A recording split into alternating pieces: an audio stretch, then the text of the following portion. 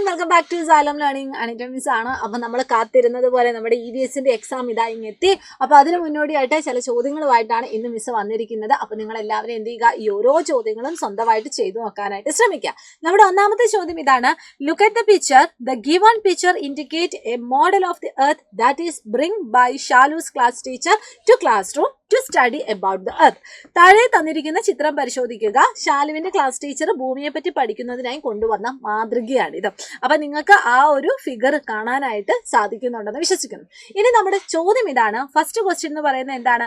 ഈ ഒരു മാതൃകയുടെ പേര് എന്താണ്? ഈ ഒരു മാതൃകയുടെ പേരെന്താണ്? ഇതാണ് ഗ്ലോബ് എന്ന് പറയുന്നത്. രണ്ടാമത്തെ ചോദ്യം, ഇതിൽ കൂടുതലായി കാണുന്ന നിറം ഏതാണ്? നമ്മുടെ ഗ്ലോബ് പരിശോധിച്ചാൽ അതിൽ ഏറ്റവും കൂടുതൽ കാണപ്പെടുന്ന നിറം എന്ന് പറയുന്നത് നീലയാണ്. നീല നിറം കടലിനെയാണ് സൂചിപ്പിക്കുന്നത്. ഇനി മൂന്നാമത്തെ ചോദ്യം, ഈ ഒരു കളർ എന്തിനെ സൂചിപ്പിക്കുന്നു? അത് നമ്മൾ ഓൾറെഡി പറഞ്ഞു. നീല നിറം എന്തിനെ സൂചിപ്പിക്കുന്നത്? കടലിനെയാണ് സൂചിപ്പിക്കുന്നത്. അപ്പൊ ഗ്ലോബ് നിങ്ങൾ നോക്കുന്ന സമയത്ത് നിങ്ങൾക്ക് പല നിറങ്ങൾ കാണാനായിട്ട് സാധിക്കുന്നുണ്ട്. നമ്മുടെ ഭൂമിയുടെ മാതൃകയാണ് നമ്മൾ ഗ്ലോബായിട്ട് കൺസിഡർ ചെയ്യുന്നത്. അതിൽ തന്നെ നീല നിറത്തിൽ ചിത്രീകരിച്ചിരിക്കുന്നത് കടലാണ്. മറ്റ് പല നിറങ്ങളിലായിട്ട് കരഭാഗമുണ്ട്. നമ്മൾ നോക്കിയാൽ കരഭാഗത്തിനേക്കാളും ഇരട്ടിയിലധികം കടൽ ഭാഗം നമുക്ക് കാണാനായിട്ട് സാധിക്കുന്നുണ്ട്. അപ്പൊ മക്കൾ എന്ത് ചെയ്യുക, ഇതൊന്ന് നോട്ട് ചെയ്ത് വെക്കാം. ഇനി നമ്മൾ ഇതാ അടുത്ത ചോദ്യത്തിലേക്ക് പോവാണ്. Classify the plants given in the box on the basis of the size. ബോക്സിൽ നൽകിയിരിക്കുന്ന ചെടികളെ വലുപ്പത്തിന്റെ അടിസ്ഥാനത്തിൽ പട്ടികപ്പെടുത്തുക. അപ്പൊ നിങ്ങൾക്ക് ഇവിടെ ബോക്സ് കാണാനായിട്ട് സാധിക്കുന്നുണ്ട്. ഈ ബോക്സിൽ എന്തെല്ലാം കാര്യങ്ങളാണ് എഴുതിയിട്ടുള്ളത്? കുറച്ച് സസ്യങ്ങളുടെ പേരുകളാണ് ഇവിടെ മക്കൾക്ക് കാണാനായിട്ട് സാധിക്കുന്നത്. അപ്പൊ നമ്മളോട് പറഞ്ഞിരിക്കുന്നത് വലുപ്പ വ്യത്യാസത്തിന്റെ അടിസ്ഥാനത്തിൽ നമുക്കിത് തരംതിരിക്കണം. എങ്ങനെയൊക്കെയാണ് നമുക്ക് തരംതിരിക്കാൻ വേണ്ടി പറ്റുക? ഹെർബ്സ് അല്ലെങ്കിൽ ഔഷധികൾ, ആ ഒരു കാറ്റഗറിയിൽ നമുക്ക് കുറച്ച് ആൾക്കാരെ ഉൾപ്പെടുത്താൻ പറ്റും. അതുപോലെ ഷ്രബ്സ് അല്ലെങ്കിൽ കുറ്റിച്ചെടികൾ, ആ ഒരു കൂട്ടത്തിൽ നമുക്ക് കുറച്ച് പേര് എഴുതാനായിട്ട് പറ്റും. ട്രീസ് അല്ലെങ്കിൽ മരങ്ങൾ, ആ ഒരു കൂട്ടത്തിൽ നമുക്ക് കുറച്ച് പേര് എഴുതാനായിട്ട് പറ്റും. അപ്പൊ ഇങ്ങനെ നിങ്ങൾ എന്ത് ചെയ്യണം? തരംതിരിക്കാനായിട്ട് പഠിക്കണം. ഓക്കെ, ഇനി അടുത്ത ചോദ്യത്തിലേക്ക് പോവാണ്. Sort the object mentioned below and place them in appropriate waste bin. താഴെ കൊടുത്തിരിക്കുന്ന വസ്തുക്കൾ ഏതൊക്കെ പാത്രങ്ങളിലാണ് നിക്ഷേപിക്കേണ്ടത് എന്ന് കണ്ടെത്തി എഴുതുക. അപ്പൊ ഇവിടെയും നമുക്ക് എന്ത് കാണാനായിട്ട് സാധിക്കുന്നുണ്ട്? ഒരു ബോക്സ് കാണാനായിട്ട് സാധിക്കുന്നുണ്ട്. ആ ബോക്സിൽ കുറച്ച് കാര്യങ്ങളുണ്ട്. പേപ്പർ ഗ്ലാസ് ഉണ്ട്, food waste, thermocol, battery, medicine, fruits, അതുപോലെ plastic cover, broken glass piece, bulb, perfume bottle, PVC pipe. ഇത്രയും ഐറ്റംസിനെ നമുക്ക് എന്താണ് അതാത് വേസ്റ്റ് ബിന്നിൽ നമുക്ക് നിക്ഷേപിക്കണം. അപ്പൊ നിങ്ങൾക്ക് ഇവിടെ വേസ്റ്റ് ബിൻ ഒക്കെ കാണുന്നുണ്ട്. ഓരോന്നിന്റെയും കളർ ശ്രദ്ധിച്ചോളൂ. ഇവിടെ ഏത് കളറാണ്? ഒരു യെല്ലോ കളറാണ്. ഇത് ഗ്രീൻ കളറാണ്. അതുപോലെ തന്നെ ഇത് റെഡ് കളറാണ്.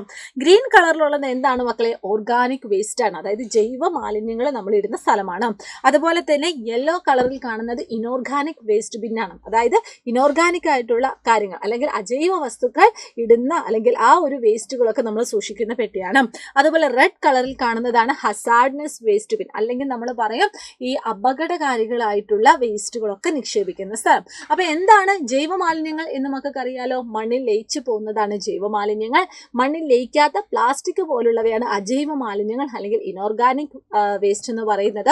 അപ്പൊ ഒരു ഉദാഹരണം പറയുവാണെങ്കിൽ നമ്മുടെ മരുന്നുകള്, അതുപോലെ തന്നെ നമ്മുടെ ഇലക്ട്രോണിക്സ് വേസ്റ്റുകൾ, അതുപോലെ നമ്മുടെ ഈ പറയുന്ന ബൾബുകൾ, ഇവയൊക്കെ എന്താണ് ഈ കൂട്ടത്തിൽ ഈ ഒരു റെഡ് കളറിലുള്ള വേസ്റ്റ് ബിന്നിലാണ് നമ്മൾ നിക്ഷേപിക്കേണ്ടത്. അപ്പൊ അതിനനുസരിച്ച് ഇവിടെ ഉത്തരങ്ങൾ പറഞ്ഞിട്ടുണ്ട്. നോക്കിക്കോളൂ. ഇനോർഗാനിക് വേസ്റ്റ് ഏതൊക്കെയാണെന്ന് ഓർത്തിരിക്കുക.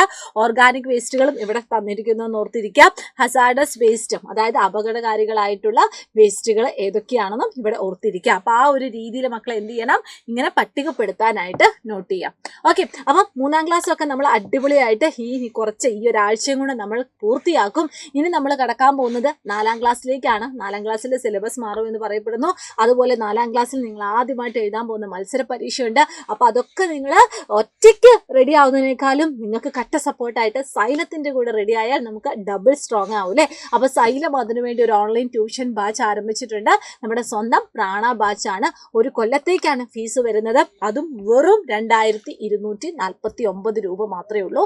4ാം ക്ലാസ്സിലെ എല്ലാ സബ്ജക്റ്റുകളും എല്ലാ യൂണിറ്റുകളുടെയും ലൈവ് ആൻഡ് റെക്കോർഡ് സെക്ഷൻസ് ഉണ്ടായിരിക്കും. എന്തെങ്കിലും ഡൗട്ട് ഉണ്ടെങ്കിൽ അത് ക്ലിയർ ചെയ്യാനുള്ള ഒരു ഓപ്ഷൻ ഉണ്ടായിരിക്കും. അതുപോലെ തന്നെ പാരൻസിന് വേണ്ടിയിട്ട് സ്റ്റുഡൻറ് പാരൻസ് ആയിട്ടുള്ള ഒരു ഡാഷ്ബോർഡ് ഉണ്ടായിരിക്കും. അതുപോലെ തന്നെ ആപ്പ് കമ്മ്യൂണിറ്റി ഒക്കെ നിങ്ങൾക്ക് അവിടെ അവൈലബിൾ ആയിരിക്കും. അപ്പോൾ കൂടുതൽ ഡീറ്റെയിൽസിന് വേണ്ടി എന്ത് ചെയ്താൽ മതി? ഈ കാണുന്ന ഫോൺ നമ്പറിൽ ഒന്ന് കോൺടാക്ട് ചെയ്താൽ മതി. എത്രയും പെട്ടെന്ന് സീറ്റ് ഉറപ്പ് വരുത്താം കേട്ടോ. അപ്പോൾ അടിപൊളിയായിട്ട് ഇത്തവണത്തെ EVSന്റെ എക്സാം നമ്മൾ എഴുതാൻ വേണ്ടി പോവുകയാണ്. എല്ലാവർക്കും all the very best and thank you so much. By.